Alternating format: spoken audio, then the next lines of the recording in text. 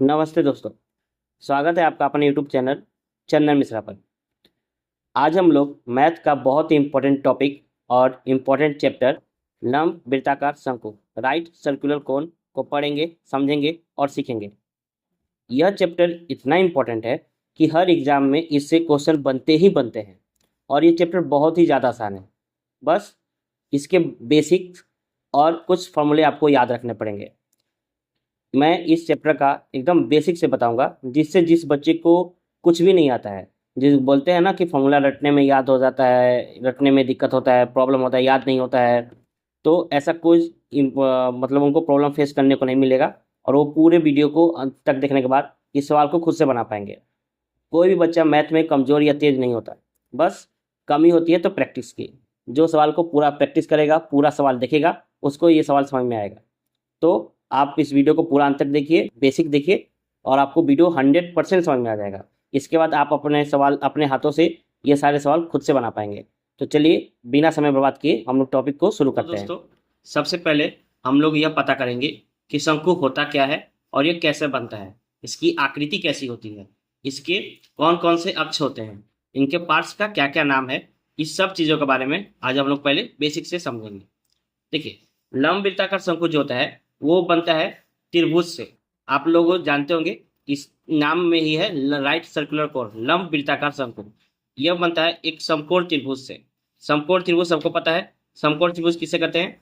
जो 90 डिग्री का होता है, जिसका एक कोण 90 डिग्री का होता है, उसे हम लोग समकोण त्रिभुज कहते हैं।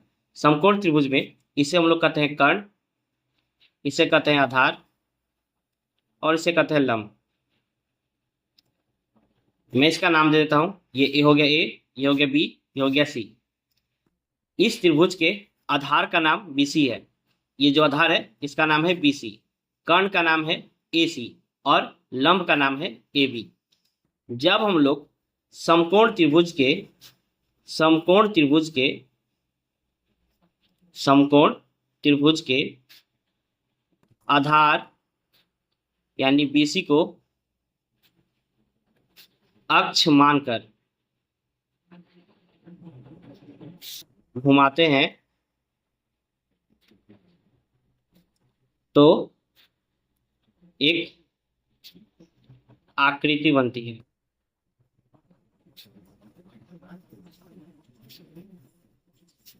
इसे हम लोग शंकु कहते हैं। जैसे कि आप लोग बचपन में घिरनी नचाए होंगे। घिरनी घिरनी का एक छोर होता है, सीधा कैसे नचा देते हैं, वो नचने लगता है। वैसे ही इस कर्ण को एबीसी होता है ना, इस कर्ण को आप बीसी को आधार मानिए, इस ए को पकड़िए और इस ए को ऐसे पूरा घुमाइए।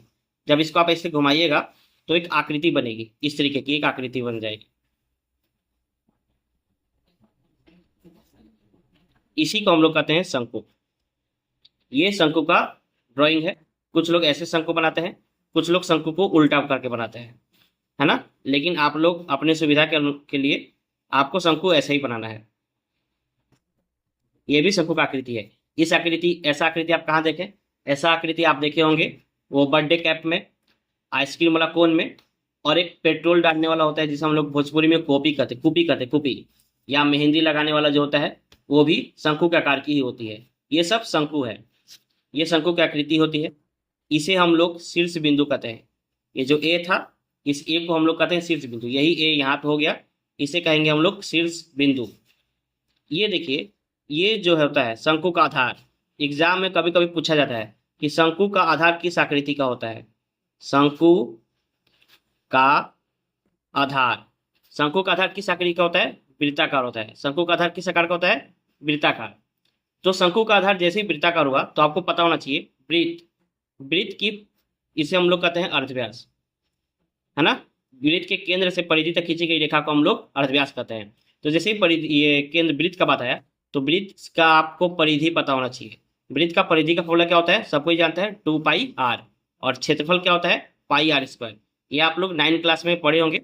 वृत्त की परिधि और वृत्त का क्षेत्रफल। वृत्त की परिधि होती है 2πr, वृत्त का क्षेत्रफल होता है πr²।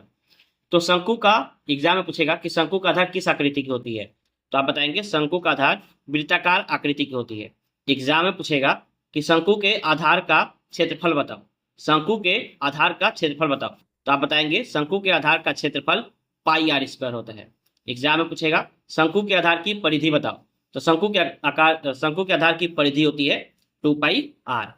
बोलेगा शंकु में शीर्ष बिंदु कितनी होती है, तो शंकु में शीर्ष बिंदु 1 होती है। ठीक है, यहाँ से कुछ इंपॉर्टेंट क्वेश्चन बनते हैं, ये आप लोगों को समझ में आ गया होगा। शंकु में कुछ और शंकु के कुछ पार्ट्स होते हैं, आप उसको देखिए। शंकु में जैसे कि मान लीजिए, जैसे मैंने यहाँ पे बताया था समकोण त्रिभुज, समकोण त्रिभुज में मैंने इसको बताया था कर्ण। ये जो तिरछा है ना, ये तिरछा लाइन को हम लोग क्या कहते हैं, कर्ण।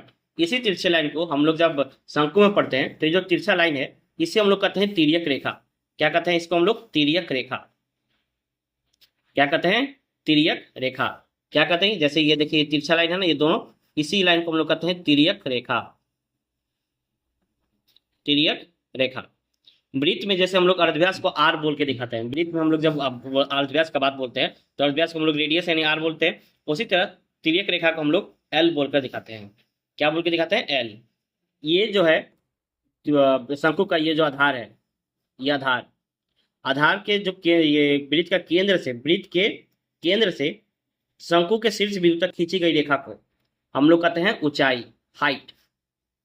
ध्यान दीजिएगा फिर से, वृत्त के केंद्र से शंकु का आधार का जो वृत्त है उसके केंद्र से उसके शीर्ष बिंदु तक, शंकु के शीर्ष बिंदु तक खींची गई रेखा को हम लोग ऊंचाई कहते हैं, और इसे हम लोग कहते हैं आधार, इसे कहते हैं अर्धव्यास। तो आप लोगों ने देखा कि मैं इस शंकु के इस पार्ट को केवल थोड़ा अगर बाहर कर दूं इस तरीके से, तो इस क्या बनता है, ये बनता है समकोण त्रिभुज। समकोण त्रिभुज में अगर इस शंकु का पार्ट है तो शंकु के हिसाब से बात करें तो इसे हम लोग कहते हैं एल, इसे कहते हैं एच और इसे कहते हैं आर।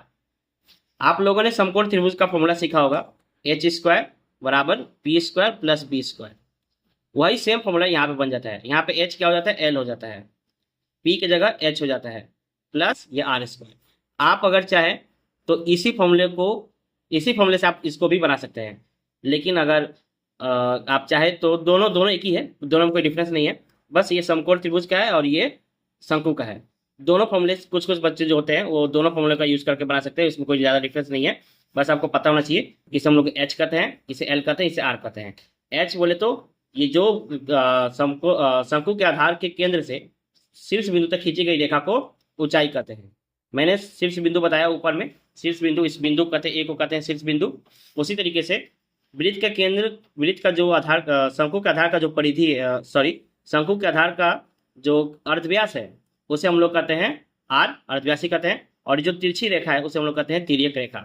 क्या कहते हैं, तिर्यक रेखा। इसे हम लोग इंग्लिश में सैलेंट हाइट कहते हैं। ठीक है, इसे हम लोग एल के थ्रू या एल बोल के हम लोग बताते हैं। तो हम लोग शंकु पढ़ रहे थे, तो शंकु का आधार पूछेगा। शंकु का आधार वृत्ताकार होता है, शंकु के आधार की परिधि होती है 2 पाई आर, शंकु के आधार का क्षेत्रफल होता है पाई आर स्क्वायर।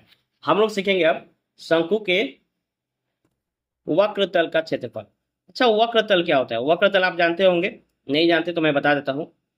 वक्र तल होता है, जैसे कि आप लोग देखे होंगे जो बर्थडे कैप होता है, बच्चों लोग का जो बर्थडे कैप हम लोग पहनते हैं, तो बर्थडे कैप को बनाने के लिए ऊपर से जो कागज का वो कागज होता है ना, कागज से बनाया जाता है, उस कागज को हम लोग कहते हैं वक्र तल। जिसको हम लोग छू सकते हैं, जिसको हम लोग देखते हैं, उसे हम लोग कहते हैं शंकु का वक्र तल। तो शंकु के वक्र तल का क्षेत्रफल का फॉर्मूला होता है पाई आर एल। पाई का मान होता है 22/7, पाई का मान होता है 22/7। आर हो गया रेडियस, एल हो गया सैलेंट हाइट। ये तिर्यक रेखा, इस तिर्यक रेखा होता है ना, इसी को हम लोग कहते हैं पाई आर एल। इसे तिर्यक रेखा नहीं, इसे तिर्यक ऊंचाई कहते हैं, है ना, तिर्यक ऊंचाई।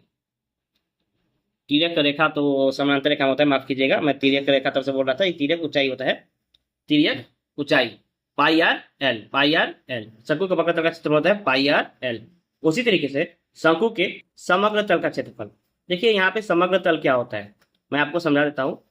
समग्र तल का क्षेत्रफल, समग्र तल का क्षेत्रफल क्या होता है, जैसे कि जब वो जो बर्थडे कैप का मैंने आप लोगों को बताया, जो बर्थडे कैप होता है बच्चों लोग का, उस बर्थडे कैप के आप नीचे देखेंगे जो हम पहनते हैं वहाँ पे खाली रहता है, वहाँ पे कोई जगह नहीं रहता है। लेकिन किसी किसी शंकु में, जैसे आप लोग आइसक्रीम खाते हैं ना, तो आइसक्रीम को पूरा ढक के देता है, देखे होंगे वो जो कोनेटो आता है उसको पूरा ऊपर कागज का एक टुकड़ा रहता है जो पूरा सटा के रखता है उसको, उसी को अगर वो ढक्कन से, तो उसे कहते हैं ढक्कन से। अगर शंकु का पूरा मुंह बंद है, मुंह ढका हुआ, उसे हम लोग कहते हैं मुंह ढका हुआ या मुंह बंद, अगर शंकु का मुंह ढका हुआ है उसे हम लोग कहेंगे समग्र तल का क्षेत्रफल। इसका फॉर्मूला होता है pi R into L plus R, pi R into L plus R. इसको एक और तरीका से लिखा जा सकता है pi R L plus pi R square. आज हम लोग शंकु के केवल इन्हीं दो फॉर्मूले के बारे में कुछ सवाल बनाएंगे और समझेंगे, है ना। और मैंने जो ऊपर में ये वृत्त का आधार का शंकु का आधार की परिधि और क्षेत्रफल का बात किया है, इस पे और इन दोनों को मिला के कुछ सवालों को देखेंगे जो बेसिक से रहेगा, जो आपको समझ में आए। चलिए हम लोग आगे की तरफ बढ़ते हैं। देखिए सवाल लिखा हुआ है कि एक मुंह खोले लंब वृत्ताकार शंकु तैयार किए गए हैं जिसके आधार के व्यास की लंबाई 14 सेंटीमीटर, तिर्यक ऊंचाई 12 सेंटीमीटर। तो शंकु को बनाने में कितना कागज लगा है। जैसा मैंने बताया ना, बर्थडे कैप को बनाने के लिए कागज लगता है, यानी ये क्या बताना चाहता है, संपूर्ण तल या वक्र तल, आपको यहाँ से समझना पड़ेगा। तो शंकु को बनाने में कितना कागज लगा है, यहाँ पे लिखा है मुंह खुला। मुंह खुला मतलब वक्र तल। जब मुंह बंद करके बोलेगा तो हम लोग समग्र तल का समझेंगे, मुंह खोल के बोला है तो इसे हम लोग वक्र तल का समझेंगे। तो सवाल में आपको देखेंगे क्या क्या दिया है। देखिए यहाँ पे लिखा है शंकु के आधार के व्यास की लंबाई। शंकु के आधार के व्यास की लंबाई कितना लिखा है, 14 सेंटीमीटर। तो शंकु का आधार कैसा होता है भाई, शंकु का आधार होता है वृत्ताकार, और शंकु का आधार का वृत्ताकार होता है तो वृत्ताकार का व्यास क्या दिया हुआ है, वृत्ताकार का व्यास, वृत्ताकार का व्यास आपको ये समझ में आना चाहिए। वृत्ताकार मतलब वृत्त का व्यास कितना दिया है, वृत्त का व्यास दिया है 14 सेंटीमीटर। अगर वृत्त का व्यास 14 सेंटीमीटर है तो इसका अर्धव्यास कितना हो जाएगा, 7 सेंटीमीटर। सवाल में इसकी देखिए तिर्यक ऊंचाई यानी एल, जिसे हम लोग साइलेंट हाइट कहते हैं, तिर्यक ऊंचाई कितना देख रखा है, 12 सेंटीमीटर। अगर सवाल में देखिए आपसे पूछा है कितना कागज लगेगा, यानी सवाल में आपसे वक्र तल का क्षेत्रफल पूछा है। क्या पूछा गया है, वक्र तल का क्षेत्रफल। तो वक्र तल का क्षेत्रफल का फॉर्मूला आपको मैंने बताया पहले ही, क्या होता है, पाई आर एल। बस वैल्यू को क्या करना है, इस पर पुट कर देना और झटाझट बना देना है। पाई का मतलब होता है 22/7, आर दिया था सवाल में 7, और एल दिया है 12। ये कट गया, बच गया 22 इंटू 12, गुना कर देंगे। 22 दूनी 24 के 4 हाथ में लगा दो, 12 24 2 26, 264 वर्ग सेंटीमीटर। ये समझ में आ गया। ये देखिए इसकी इकाई सेंटीमीटर में है, इसलिए इसकी इकाई सेंटीमीटर स्क्वायर ही आएगा। ठीक है, आपका सवाल समझ में आ गया। आधार के परिधि, तो शंकु का आधार की परिधि, तो आपको समझ में आना चाहिए कि शंकु का आधार किस आकार की होती है, शंकु का आधार वृत्ताकार आकार की होती है। इसका परिधि कितना दिया है, 660 सेंटीमीटर। तो आधार मतलब वृत्त की परिधि मतलब 2 पाई आर कितना होता है, 660/7। यहाँ पे देखिए, और आपको सवाल में तिर्यक ऊंचाई यानी एल देख रखा था, क्या देख रखा था, एल। तिर्यक ऊंचाई दिया था 25 सेंटीमीटर और आधार की परिधि देख रखा है। हमसे पूछा क्या है, वक्र शंकु के पार्श्व तल। देखिए वक्र तल और पार्श्व तल एक ही होता है। तो अगर आप देखें ध्यान से देखेंगे कि पार्श्व तल का क्षेत्रफल पूछा था आपसे, क्या पूछा था, पार्श्व तल का क्षेत्रफल। इसका फॉर्मूला क्या होता है, इसका फॉर्मूला होता है पाई आर एल। तो आप देख रहे हैं कि पाई का वैल्यू तो आपको पता है, एल का भी वैल्यू पता है 25, लेकिन आर का वैल्यू पता नहीं है। यहाँ पे आर कितना होगा ये आपको पता नहीं है। तो इस आर का वैल्यू निकालने के लिए हमको इसका इस्तेमाल करना पड़ेगा, इसका यूज करना पड़ेगा। यहाँ से हम लोग आर का वैल्यू निकालेंगे, उस आर का वैल्यू निकाल के हम लोग आर की जगह पे एल की जगह 25 रख के इसको सॉल्व कर देंगे और आपका आंसर आ जाएगा। तो चलिए हम लोग बनाते हैं। 2 पाई आर बराबर 660/7, 2 की जगह 2, पाई की जगह 22/7 गुना आर बराबर 660/7। आपको ये समझ में आना चाहिए कि हम लोग इसको सॉल्व क्यों कर रहे हैं, इसीलिए मैंने आपको ये लाइन पर लिख के समझा दिया कि आखिरकार ये दिया किस लिए है, ये जो दिया गया है ये किस लिए दिया गया है। यहाँ से आर का वैल्यू निकालने के लिए दिया गया है, ये आपको समझ में आना चाहिए। मैंने इसको काटा 22 से 30 बार में, 7 से 7 गया, ये 8 से 2 से 15 बार में गया, तो आर कितना बच गया, 15। अब आपको क्या करना है, ये पार्श्व तल का जो क्षेत्रफल का फॉर्मूला था यहाँ पे क्या था, पाई आर एल। यहाँ पे वैल्यू पुट कर दीजिए, पाई की जगह 22/7, आर के जगह 15 आ गया और एल की जगह कितना था, 25। आप इसको सॉल्व कर देंगे और आपका आंसर आ जाएगा। इजी था, सवाल समझ में आया होगा। चलिए अगला सवाल बनाते हैं।